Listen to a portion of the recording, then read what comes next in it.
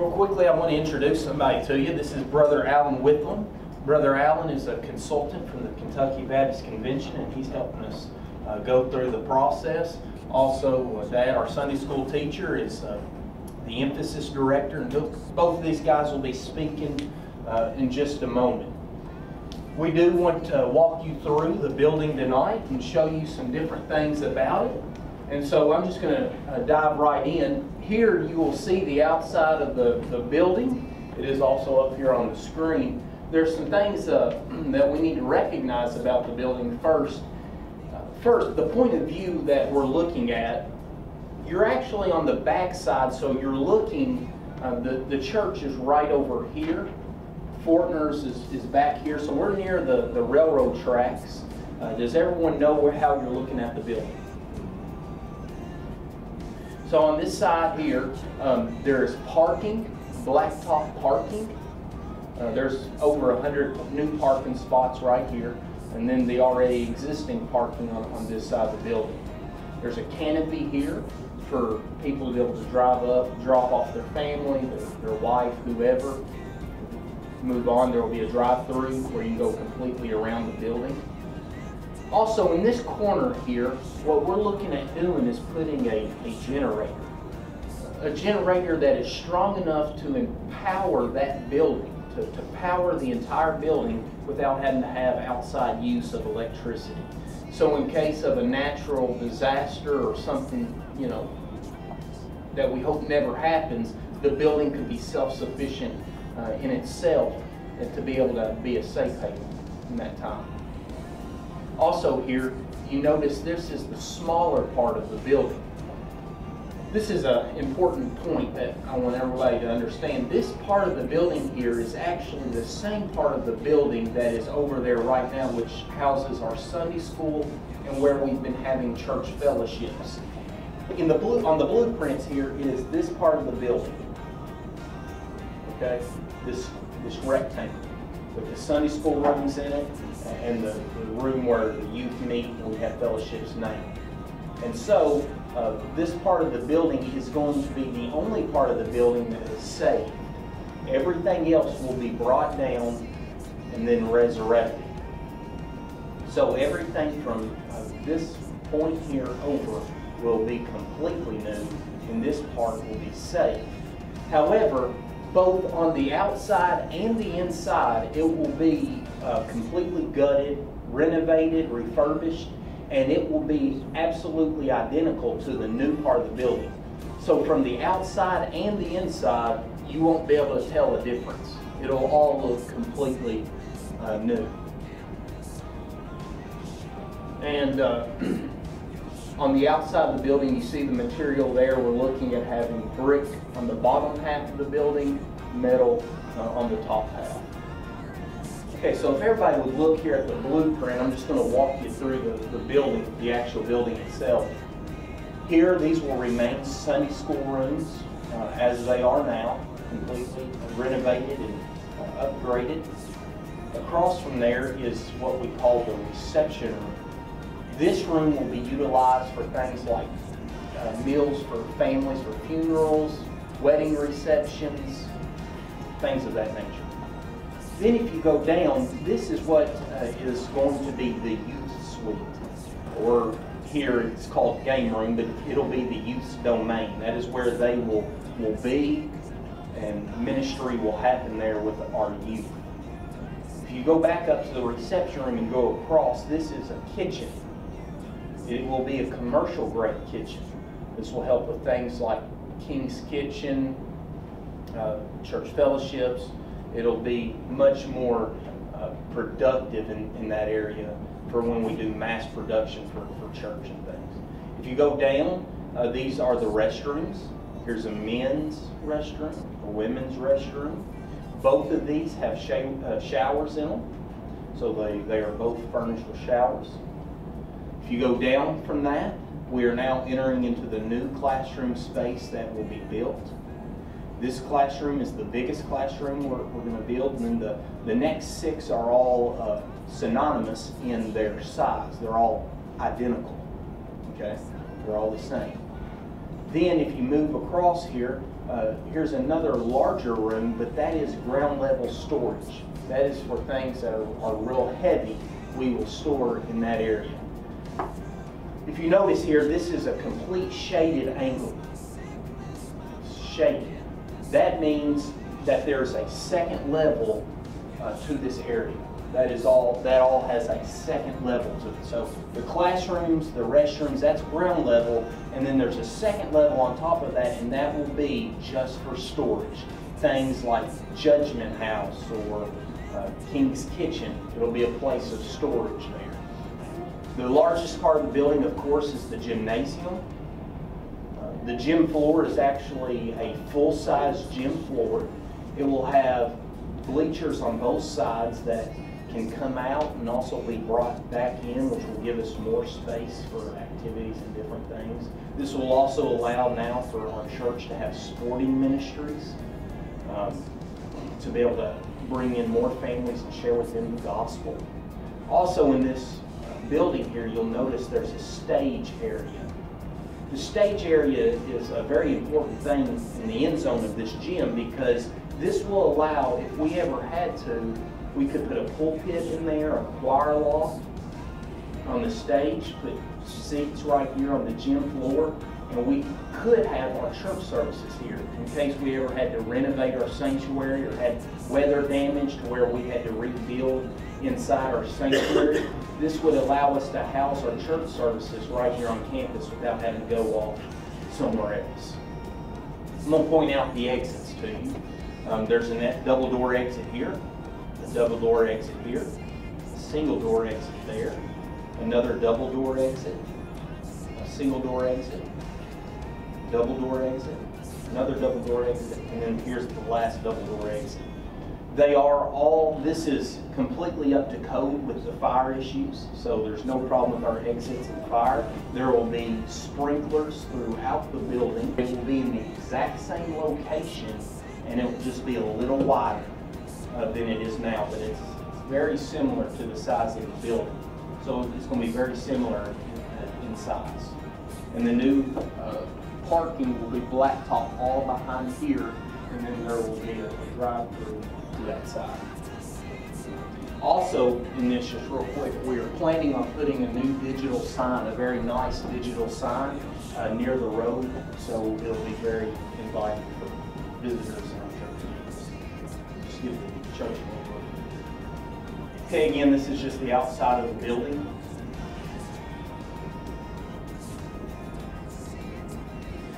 This is a diagram that basically pictures the building from all kinds of different angles. So just for the sake of you understanding where we're at, the top angle is if we were back behind it looking at the building from exactly this angle. The next one is from the front of the building. The next one is from the long end, and so is the bottom. The reason the canopy in the front of the building can't be on the actual front side is because we are too close to the road. There was no possibility of doing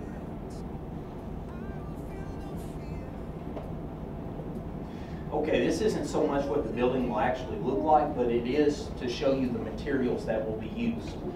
To explain that, the bottom part of the building is brick. The top part of the building is metal. Those will be the materials used. Also, this is probably what the canopy will look like.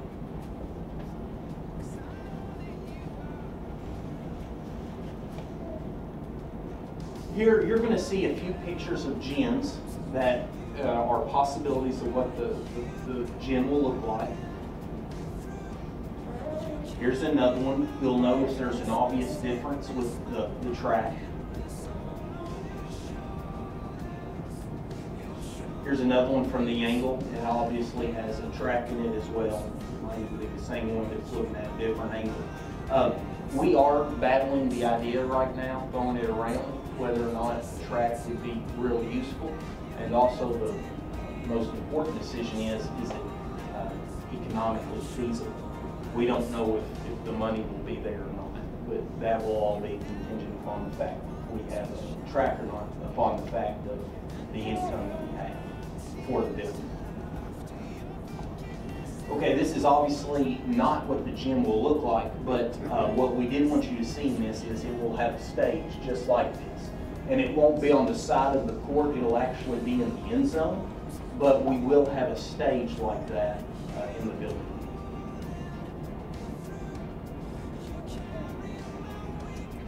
Okay, these next two pictures are that of commercial kitchens, what we're looking at.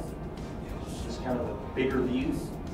So it will just be a lot easier to produce a lot more food for King's Kitchen and things like that through a facility like this.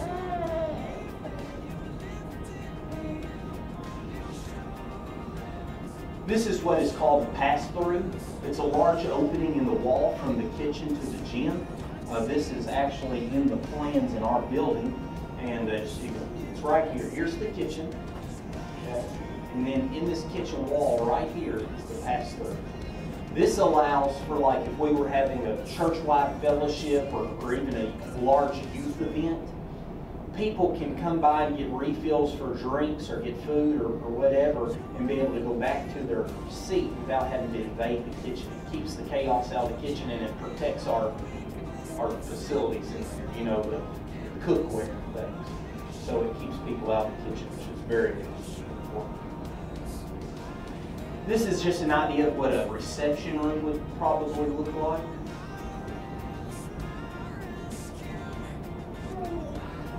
This is an idea of what a classroom would look like.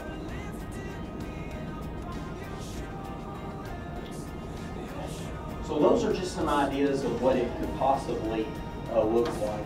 And I just want to kind of finish up here, and then I'm going to come back. We're going to have a time at the end of this for open Q&A, where we're going to answer your questions. Ivan has joined us from the Building and Planning Committee, so he's going to double team that with me, and we'll go through all the questions that you have. But what we want to emphasize in this whole process is this is not a building just to play ball in for comfort. This is a building that we really believe can be used to reach our community. We believe this is a tool that will help us to outreach, to draw families in, draw people in, so we can share with them the gospel of Jesus Christ. And it'll help glorify Christ right here on our church campus. With that being said, our emphasis director is going to come up and share some things with you. Well, first of all, welcome. It's good to see you all midweek. I've sat through this now, I don't know, 10 times or better, and I'm excited. Scott, he tells all the other groups that this upstairs is where we're going to have Scott take that. Probably got an elevator. Let me just tell you that I am. I just believe God's all in this, and I've been wrong before, and I could be wrong this time, but I don't think I am. I believe that what we're about to see happen over the course of the next year or so is going to be something that we're all going to want to be a part of. And I really believe that it's going to be so good that we're all going to just want to be a part of it. I want to tell you a little bit about how I came to be the emphasis director. It's something that I didn't want to do. I'm just going to tell you right up front. This is not my thing, trying to talk to people about giving money. So really, I'm kind of not doing that. I'm really going to talk to you more about this spiritual journey that we have opportunity to take in. And I just believe that it's one of the most important things that we can do while we're here on this earth is to invest in eternal significance. Not only in winning people to Christ, because that's extremely important, but to have the opportunity to give in a way that might provide for generations to come. I want you to think about that over the next few minutes. When I think about me being here in the position I'm in, when I retired, I feel like God speaks to me now. I just cannot help but tell you that. I just believe that. And I think God speaks to me through this tingling from my top of my head to my toes. It's too timely. He tells me a lot of things. I really prefer him to tell me something else. But I have to go with what I think God's telling me, just like when he told me to retire. And my flesh wanted to keep working. But I went ahead and retired because I think that's what God said. And it's amazing. I kept thinking something was going to open up, or I'm going to do something. Shelley knows I'm kind of a busybody at home. And much to my surprise, as we voted for this building a year to a year and a half ago, I want you to know I voted for the building. And the reason I voted for the building was because of this. After being at Southside for a couple years now, and I feel like I've been here my whole life, and I'll tell you why in a few minutes. But I felt like in the time we've been here, we've seen so many ministries at Southside Baptist Church. I can't think of another church that needs this building more than Southside needs this building. Now that's my opinion, but that's my opinion from now being invested in some of the work that's going on here. And I'm not even a part of the majority of it, okay? Just the little I've been a part of it. So as a result of that, I voted for the building, but I'll be honest with you, and I have to be honest, one of the first things I did in thinking about a building campaign is I kind of went like this. But God, I don't really want to give to it. I hope somebody else will build it. And, you know, over the course of time, he started making me realize that's a horrible attitude. That's wrong. Why would you think like that?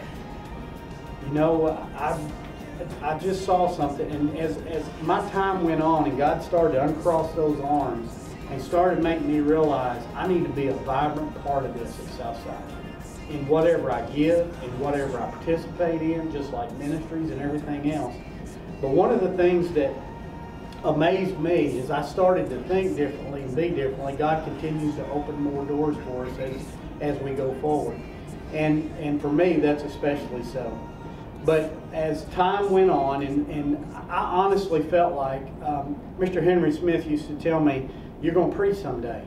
And you're going to preach. And I've had a lot of people tell me that. So I've had a lot of people tell me that I may be called or something at some point. And so Shelley and I have kind of talked about that. And there's a lady in the church that not too long ago got a word on me and called Shelley to tell her, said, I got a word for your husband, but God told me to tell you. And she told Shelley that be open to the call. That was her message from God to me, be open to the call. Well, Paul, I started coming to church thinking, okay, I'm going to get called to preach. And I haven't been called to preach that I know of. If God's calling me to preach, it sure hadn't happened that I know of yet. But I was amazed one morning when Baxter called me and said, Dad, they're asking you to be the emphasis director. I said, what? I said, Baxter, no. I said, Baxter, first of all, I'm your dad, and that's not going to work out, you know. And I said, how do you feel about that? Well, he said, Dad, I think you'd be right for it. And just a lot of people, and I'm sure they've asked the other people, and couldn't get anybody. But he convinced me to pray about it. I did pray about it. And finally, I came to the decision that God was telling me. And I think that's what this call was about that Shelley got, be open to the call. I honestly believe that God called me to be in this position. But it's weird because I'm not called in this position because I'm good at going out and raising money for this building. I'm horrible at it. So I can't do it the way maybe some people would do it. I can only do it from a spiritual type of message that I think God's given us. And I think that's where he's put me in that place as a result of that call to go ahead and do this. So as uncomfortable as it may be, I'm going to be going through this with you in just a few minutes. But I want to talk to you about another piece of being emphasis director. I didn't know when they asked me to be emphasis director that in a short period of time, like 2 or 3 weeks, I was going to be asked to give testimony to what we were going to give and how we were going to go about giving. And so as Shelley and I started to pray about that, praying separately and then praying together, we walked every morning together and we prayed and we'd get apart and pray. And I'm going to tell you, my first thought was, I looked at some money and I said, that'll hurt, but it won't hurt too bad. So, yeah, I think that's what we're going to give. And God quickly said, that's not, you don't listen at all hardly. You know, that's not what I'm asking you to do. So I said, well, you mean, God, that's not good enough? And it wasn't that it wasn't good enough. It wasn't sacrificial. Because we're going to be talking tonight about not equal giving for everybody, but sacrificial giving, and what it looks like in your life. And what it looks like in your life and what it looks like in somebody else's life may be two different things. But it's okay, because that's where we need to get with this as we go through it. So time went on, and Shelley and I prayed together, and we both kind of came to this place where we felt like God is telling us this. Y'all know what happened next? And I'm just preparing you. Because in a few minutes, I'm going to be asking you to pray for the next 6 weeks before you do anything. Here's what happened to Shelley and I. Satan entered the picture. Satan worked on me, and Satan worked on her. Her separately, me separately. We came together, and Satan worked on us together. Guess what we did? We justified why that amount of money wasn't the right amount of money. Let's slip back down there to what I was thinking before, because there's good reasons. I want to do this, this, and this, and that is, we were miserable in that spot. We finally went back to God, and we reached that place where God said, this is what it looks like for you and your family, and we agreed. And you know, when we came together and agreed to that, do you know what happened? Satan left us all together, and he hasn't returned. It was sealed at that point. And now we're excited about giving our part. Now, can't give it all at the same time, at one time, but Lord willing, we're going to give it all. And my prayer is that we may even do better than that. I don't know what God's going to do. Just got this feeling He's going to do something, so that maybe we'll even surpass that. So I want you to understand as you go through this, don't be afraid to pray. And don't be afraid to pray alone. Don't be afraid to pray together. As a matter of fact, I'm encouraging it. And please, please, please, don't pray for a night or two and say, okay, we're there. We're asking for 6 weeks, and I'll go over that in your packet in a minute. Last thing I want to say to you before I go through your packets is I want you to think about this for a minute. When I was growing up and was a little boy, there were 7 of us kids in the family. There were 17 years difference between my oldest brother and my young sister.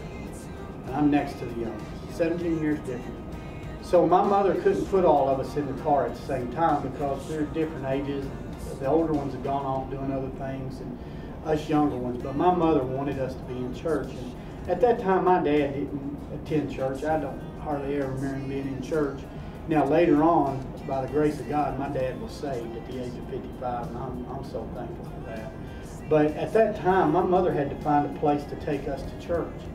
And I don't know what attracted her to bring us to Southside Baptist Church, but here's what I believe. There was a little block building over here somewhere where they were having church at Southside. And at some point, they built a new sanctuary, the gym over here. And that's where my mom brought us. That was a relatively new building at the time. It was 6 years old. It was built in '63. When I was 9 years old, that would have been 1969. So that building was 6 years old. And one night in a PM service, and I only think it was my sister and myself, I was laying there on that pew, about probably 3rd or 4th row if I remember correctly, because we were toward the front. And I know that's as embarrassing as it can be. 9 years old and laying on pew for all that pity. But I was laying there, and I'm telling you, just as real today as it was then. God came to me in that pew. He convicted my heart, and He saved my soul. And when I went down front to Brother Don Mathis that night, I cried and I cried and I cried. People came through and I still cried. I went to the parking lot and I cried. My mother said, why are you still crying? I didn't know, but I think it was the weight of knowing that I now had an eternal home with God. Nothing could ever change that. It was set in stone for the rest of time. And I think about it, and I'm telling you, I get emotional about it because we just found out a couple nights ago in one of these sessions from a lady sitting back there on the back. She said, do you know that when that block building was there and they decided to build the new sanctuary, they went to the bank and the bank said no. We're not going to invest in a church in that neighborhood. It won't work. You know what they did? 6 families went and mortgaged their homes with the bank to be able to build the sanctuary where I was saved. Now, I don't know if my mother would have brought us to the block building that night. I don't know, but I got a feeling my mother, without my father, looked for a safe haven to take her kids to church. And I got a feeling that building appealed to her, along with the people. And she brought us comfortably to that church. And we had the opportunity to experience the gospel. At some point in time, the people in that sanctuary said, we're not going to be able to house all the people who come to this church. So they had a vision, and they brought that forward. And they brought that forward to build a new sanctuary, the one we're in now. And I don't know the numbers, but it's got to be a massive number of people that have come to know Jesus Christ as their Lord and Savior. In our, I call it new. I know it's got several years on it now, but in the sanctuary we're in now. And I really believe this is yours and I's opportunity. This is our opportunity to take the next step for the next generation and generations to come. Because I believe when I look at that building, think about my youth and the attraction there, and I think about your children are going to have an opportunity to bring friends and others to hear the gospel in a place that might not get them to come into a church. Not only that, but you as young adults, you need to have opportunities to have Christian fellowship in a place like this that will be welcoming in a wonderful place. But I honestly believe our senior adults are going to have tremendous benefit from this place. There's going to be the opportunity for gospel singing, just all kinds of stuff, all types of community events. You're saying you're making that sound good, better than it really is. I'm not trying to make it sound better than it really is, but it's a tool that gives us the potential to do all kinds of things that I think the future needs for this place. So I say all that to you to say, I've gone from being here to let's do this. I mean, I am so excited. You know, Lord could call me away from here. I might not be here in a week. But I'm going to tell you something. You know, if he called me to move or called me home or whatever it would, but I'm telling you, if I'm here, even if I move, I'm giving my pledge. I can't wait to give it. And I look forward to giving it. Because it's not about me, and it's not about anybody putting their name on that building. That's going to be God's building. And this is God's time. And I believe Southside is set to take steps into the future unlike anything we've seen in a long, long time. But I think it'll be a wonderful opportunity. Look in your folder real quick. I'll go through as quick as I can. I want you to look at this card. It's, do we have cards? Do we have folders? I'm sorry. I should have passed those out. I walked right past it.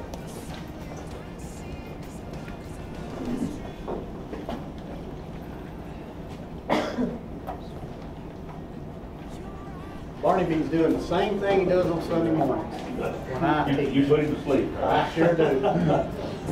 Let me come over. This card right here, if everybody will take that out, this is not a pledge card. This card says that we have 3 goals.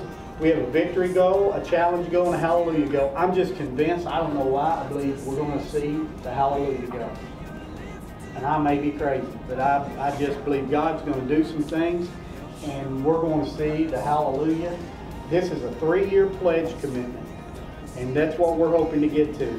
If you'll look at what it says underneath there, it says, through sacrifice, vision becomes reality. I accept the challenge to pray daily for God's leadership as I determine my financial commitment toward the Follow God's Plan campaign. We are asking you to sign that. If there's 2 in your family, 3 in your family, 4, sign it to pray daily.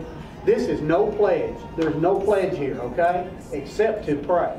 That's no monetary pledge. Just pray. Okay? Hang on to that one. This one with an envelope, as you take the card out, this is going to be your faith commitment card. This is going to be your pledge card. Our goal is on the front, and what we're trying to reach, but if you look on the back, there's a place that we endeavor to give X amount of money for the next 3 years. There's a place for our name, there's a place for our signature. Don't touch this for 6 weeks, please. You can look at it, please don't write on it. What we're asking you to do, if I was going to give $300 over the course of 3 years, I'd put $300 right there as my total.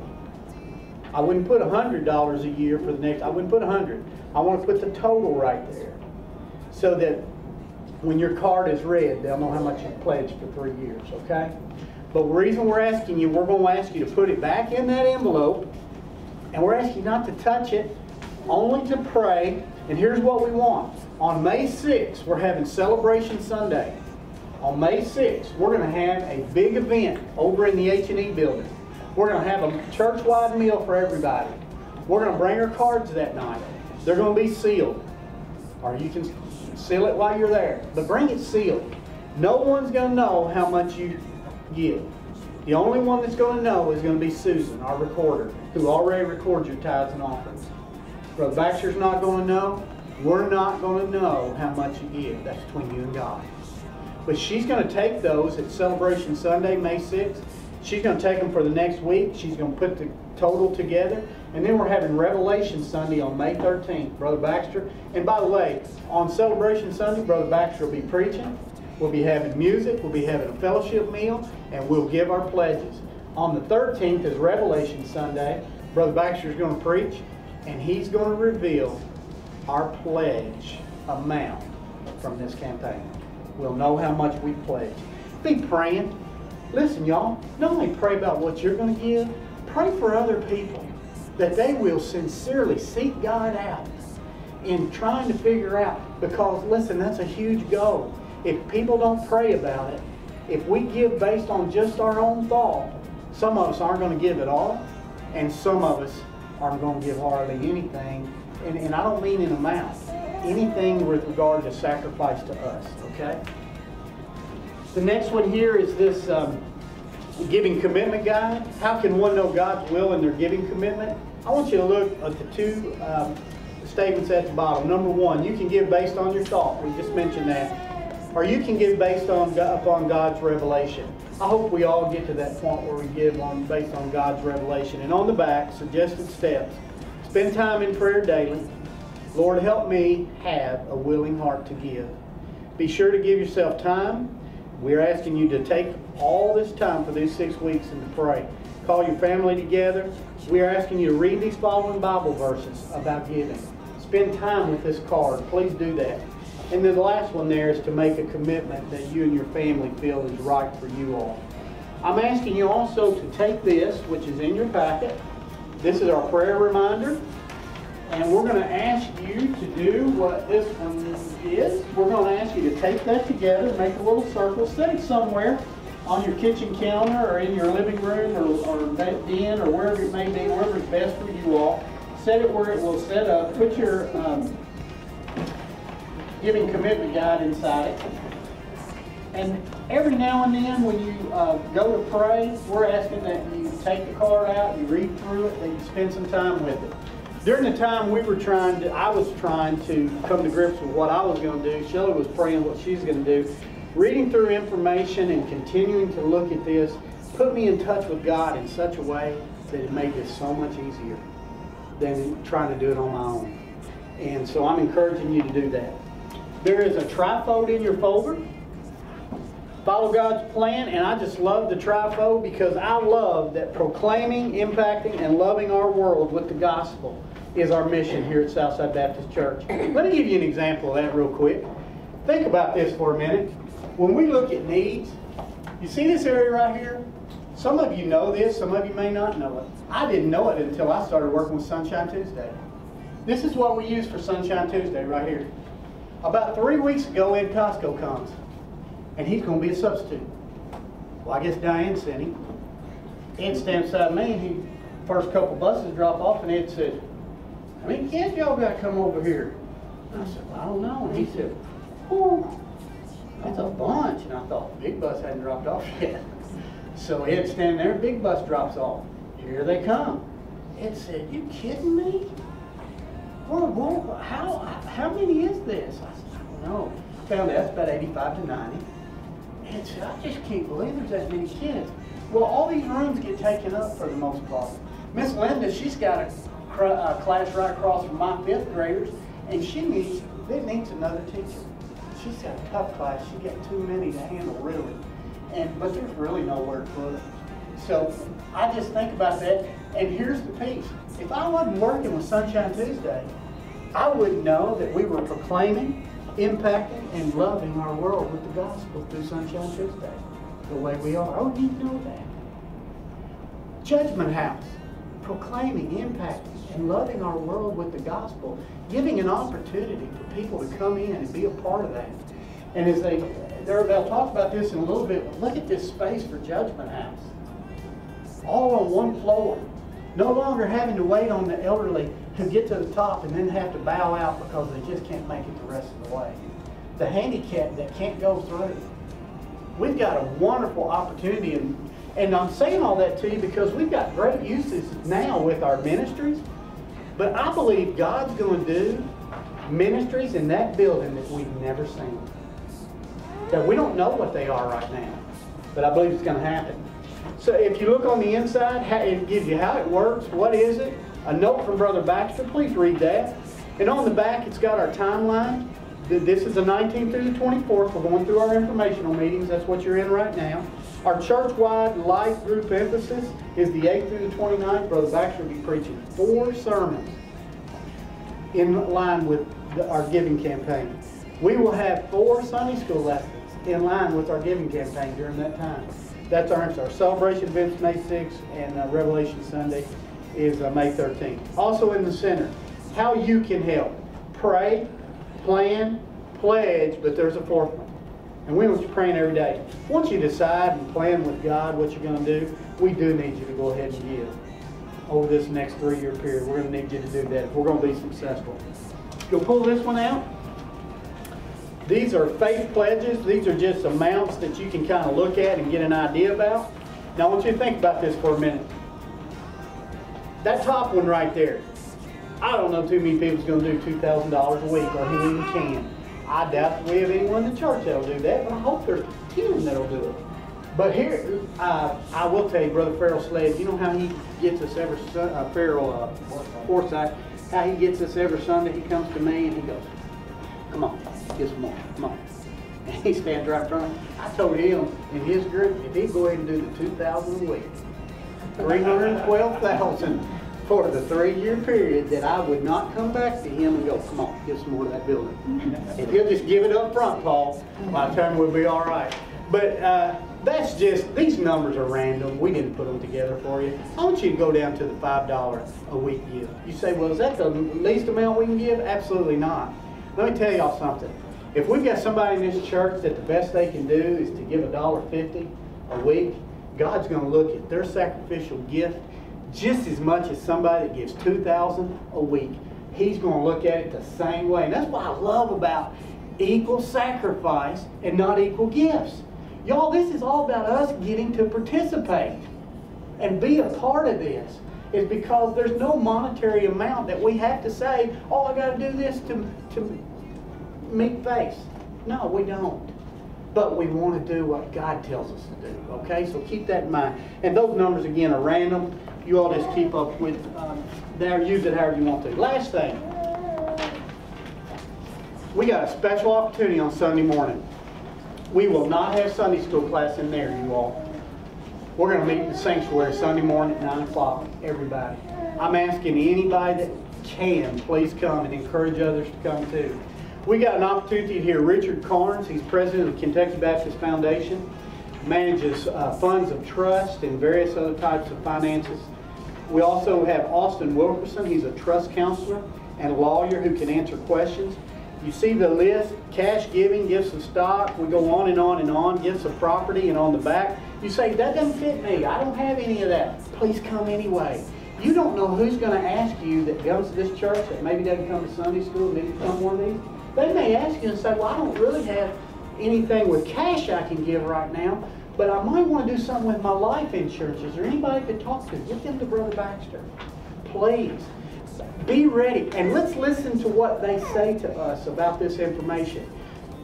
Brother Allen was telling us with one of the other churches he's working with, who was a guy felt like he couldn't do a lot from the cash standpoint, but he had a nice bass boat. He decided to sell it. He wanted to make that contribution to their building. I didn't think about taking something we own and selling it to help us to make a contribution, but some people may want to do that. So we need them here to hear about that. Carol, it'd be like an old Dodge Ram pickup, something like that. That's exactly right, Paul. If you tell me see anybody wants to give $20,000 to that dude, that's going to the church. I don't know, I might have to fight Bryce on that one. Okay, I'm going to close. Thank you for putting up with me and letting me do that. I'm going to close with this and just simply say this. Listen to what I'm about to say right now.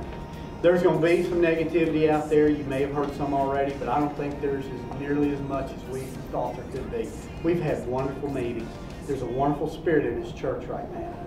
And we need to go forward with the wonderful spirit. And the reason I say that, I was a superintendent for 13 years. And I'm going to tell you, I had to get behind closed doors with my board on numerous occasions. Do you know how many times I lost behind closed doors? I lost the argument. But I told them what I would do if they would do the same thing when they lost. When we come out, there is no loser. We're one. If we can come together and support each other in a positive way, project God's love throughout this church on a daily basis, we're going to sail with the wind through this process. And we need to be sailing with the wind. We're either going to sail with the wind or against the wind. We've decided not to stay idle. When people say something negative to you about the building, remind them that ship has sailed. We're not at the harbor anymore.